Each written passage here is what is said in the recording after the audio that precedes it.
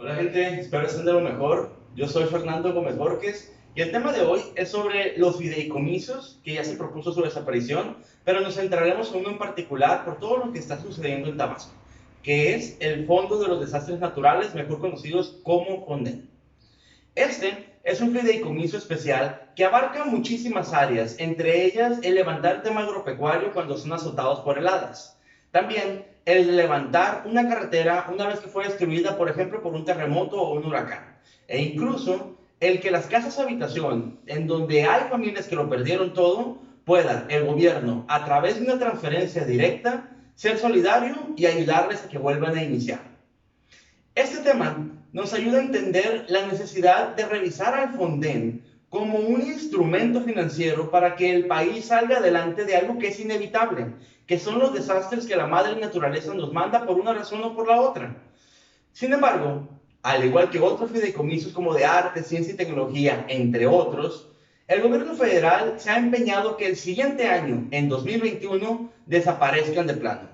Su razonamiento hace un poco de sentido, puesto que el Fondo de Desastres Naturales tiene unas reglas de operación, los cuales, a través de los gobernadores de las diferentes entidades, así como sus alcaldes, solicitan a la Secretaría de Gobernación un uso discrecional de esta cantidad de dinero que ahorita les mencionaré para hacer justamente transferencias de dinero a los ayuntamientos, al gobierno del estado y a las personas.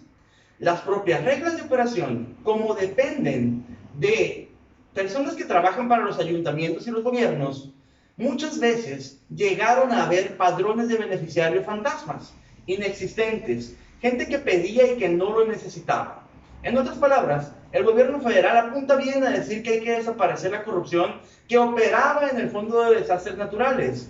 Sin embargo, aquí es donde debemos de preguntarnos si es correcto o no que hagan una desaparición completa, porque ha habido, entre otras cosas, eventos como el de las heladas que en 2010 azotaron a Sinaloa, y justamente por eso la agricultura del campo sinaloense no cayó en la quiebra, justamente porque el Fonden actuó.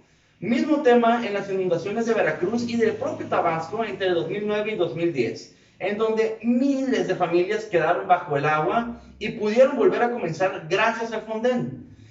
De hecho, justamente la iniciativa de tener un fideicomiso con el cual se pudiera hacer rápidamente líquido el dinero, nace después del terremoto de los 80 que destruyó gran parte de la Ciudad de México y dejó a millones de damnificados. En ese entonces, el gobierno federal no contaba con un fondo el cual le podía ayudar de inmediato transferir dinero a los gobiernos y a las personas. Por esa razón es que en los 90 se toma la decisión de crearlo y año tras año alimentarlo con un presupuesto que representa el 0.4% del PIB. Esto en dinero representa casi 36,000 millones de pesos, distribuido en diferentes bolsas para diferentes temáticas de vivienda, carreteras, agropecuario, entre otros. Entonces, año con año, era un fondo de ahorro el cual, a través de la Secretaría de Gobernación y la Secretaría de Hacienda, se les hacía llegar cuando lo ocuparan los gobiernos y las personas. Esos 34,000 millones de pesos que podían utilizarse o no. Y si no se utilizaban, el siguiente año se sumaban y así sucesivamente. Y se restaba, pues justamente cuando se ocupaba. Entonces, ese dinero en cuestión de días podía llegar a beneficiar a las personas. Sin embargo, bajo la lógica del actual gobierno, en el cual la corrupción se encuentra en todos lados, prefirieron el desaparecerlo de plano. De hecho, para el 2020, el año que está transcurriendo, apenas se alimentaron al Fonden con cerca de 4,000 millones de pesos, muy por detrás de los 34,000 millones que les decía hace un momento. Si contemplamos la magnitud de las diferentes desastres naturales, que pueden ser terremotos, la Ciudad de México, entre otras zonas, inundaciones como las que están viviendo en Tabasco, heladas, como las podrá ver en esta temporada invernal, ya que hay un fenómeno de la niña. Si consideramos la cantidad de incendios por lo seco que se están volviendo algunas de las regiones, y sumamos y sumamos y sumamos la cantidad de desastres que pueden ocurrir, El siguiente año no sabemos qué es lo que va a suceder, puesto que el presupuesto de egresos que ya fue autorizado no contempla las reglas de operación de las transferencias que la Secretaría de Hacienda tendría que hacer.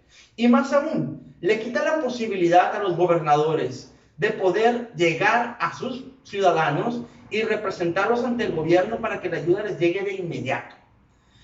Hasta aquí, dejamos el tema del Fondo de los Desastres Naturales y podemos concluir que si bien hay una muy buena intención de que los fantasmas, los beneficiarios que no existen pero que sí cobran, desaparezcan, el gobierno federal quiso desaparecer la corrupción, pero en el camino desapareció el instrumento financiero que tanto ha beneficiado a las personas.